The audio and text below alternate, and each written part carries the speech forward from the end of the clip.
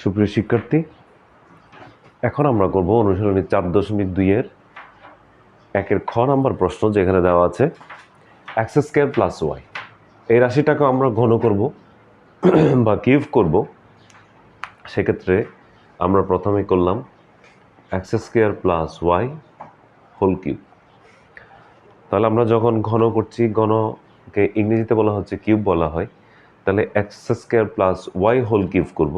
তাহলে সেক্ষেত্রে যে সূত্রটা আমাদের প্রয়োগ করতে হবে এ প্লাস বি হোল কিউবের সূত্র। তাহলে আমাদের এখানে এ হবে এক্স স্কয়ার, এই এক্স স্কয়ারটাই হবে আমাদের এ আর ওয়াইটা হবে আমাদের বি।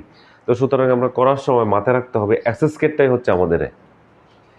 তো আমরা এখানে পেয়েছিলাম আগে এ প্লাস বি হোল কিউবের সূত্র ছিল a cube plus 3a square b plus 3ab square plus b cube. তাহলে আমরা এখানে পাচ্ছি এ কিউব, এ কিউব মানে হচ্ছে x square whole cube plus 3a square, a স্কয়ারটা আগে ছিল, এক্স স্কয়ারটা ছিল হচ্ছে আমাদের এ। যেহেতু এক্স স্কয়ারটা হচ্ছে আমাদের এ, সেই জন্য এক্স স্কয়ার হোল স্কয়ারটা হচ্ছে সূত্রের জন্য আসলো, এই সূত্রের জন্য হচ্ছে স্কয়ারটা আসলো, into b plus 3a b square plus b cube.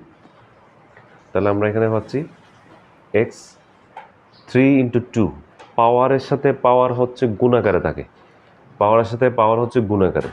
তাহলে 3 দিয়ে 2কে গুণ করলে হবে 6 প্লাস এখানে হবে 3 into x to the power 4 y plus 3 x square y square plus y cube.